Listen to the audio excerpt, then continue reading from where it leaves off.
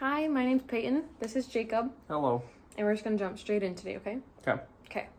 So first thing I'm going to ask you, do you know what biofilm, also known as plaque, is? Well, plaque is the buildup of bacteria on your teeth.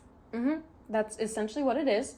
It's a film of potentially harmful bacteria which will begin to reside both above and below your gum line. So you can see it or you might not see it. The bacteria within the biofilm takes advantage of the fact that you eat with your mouth. So all these nutrients are going to be free floating. So it takes advantage of the fact that, hey, there's these nutrients right here. So they begin to settle. And if the bacteria within this biofilm, if you don't brush every day or if they kind of go undisturbed, then we can start to see some big problems within your oral cavity. This including cavities, periodontal disease, like just having some of that bone being eaten away, gingivitis, so like inflammation and infection of the gums, just some diseases that we can prevent now. So biofilm forms in a few stages, okay? First one being the acquired pellicle. This is a protein film that is going to establish on our teeth, and we like this layer though. It keeps our teeth moist. There's some evidence to suggest that it prevents against cavities, but also it protects our teeth from acids. So we like it. However, it is also the first layer to allow biofilm to sit on it. So, kind of a win some, lose some. So colonization, those free roaming bacteria that just settled to the acquired pellicle, we call those planktonic bacteria. They're going to come and they're going to settle. They're going to say, hey, we kind of like this place. We're going to sit here for a little while. Then we're going to see some growth. Those bacteria that just colonized there, they're going to start to kind of like establish roots. They're going to really start to build here. They're going to grow a community. This is also when we'll start to see some bacteria going subgingivally, so below the gum line. It's kind of like a submarine going under the water. So subgingivally under the gum line. And then we're going to start to see maturation. So the bacteria is going to start to secrete some carbs, some polysaccharides. It's this really sticky slime. And the slime is going to trap other bacteria that might be swimming by to further contribute to their colony, or some nutrients from the food that you're eating. It might trap some of those nutrients and save it.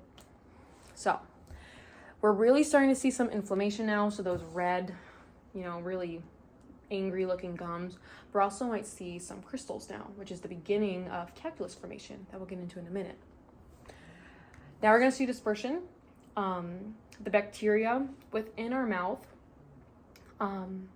it's kind of like the oldest kid kind of saying like, okay, peace out, I'm going to go do my own thing now. It's kind of like that.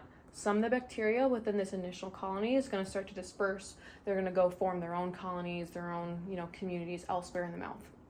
And then we can finally observe our last kind of step, per se, is we can observe that mature biofilm structure. It's kind of mushroom shaped. There's going to be fluid channels. So essentially these are kind of like channels that allow for fluid movement that will allow saliva to contribute to calculus formation. Again, we'll get into that in a minute, but also for bacteria to come in and out of that community.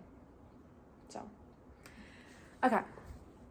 All right, are you ready? Next thing I'm going to ask you, do you know what calculus or tartar is? Same thing, but different terms. I am not sure. Not sure. Okay, so I'm going to show you this picture here. I'm going to describe 3 different kind of bullets about calculus, okay?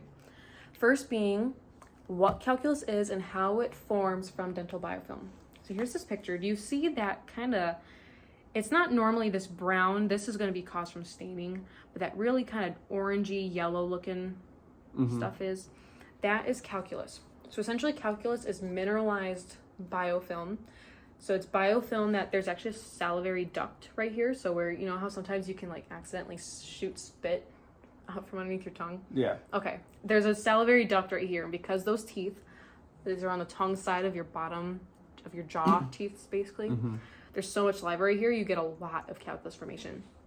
That biofilm that was there had been in contact with so much saliva that contained minerals and chemicals, it started to harden.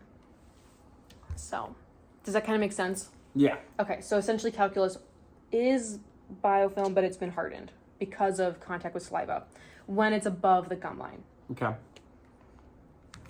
Okay, second thing, the effect of calculus on the health of your periodontal tissues and the general health of your overall oral cavity. So, calculus itself does not cause any inflammation. Do you see on this picture that really kind of red looking gum tissue, that really red tissue? Calculus itself does not cause that, but calculus has a really rough surface, kind of like there's grooves in the surface, and it allows for biofilm to kind of attach there, and it'll kind of hold on to it. It'll harbor biofilm growth and allow it to live there. So calculus does not cause any of this, but because it contributes to the cause, because biofilm can cause tooth decay, bone decay, gum inflammation, calculus is contributing to the cause of all of those diseases within the mouth. Does that make sense? Do you want me to elaborate on that anymore? No, you're good. Okay, makes sense. Okay. Alrighty. The best way for your mouth, though, to be healthy, to prevent this nasty calculus, any of those diseases, all of that, is to be removing your biofilm daily. And that can be done by brushing, flossing, using a water pick, using like any of those brushes that you've seen where it kind of go like little mini Christmas trees.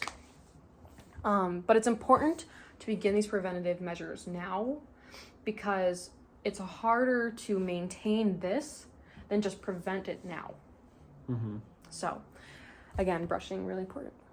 Otherwise, if you were to get to the stage of having all that calculus, you'll have to go into a dental office really often, like every 3 to 4 months, and they'll have to use an ultrasonic scaler on you, which is kind of a pick that has really, it's like sound waves, and it breaks it up with vibrations.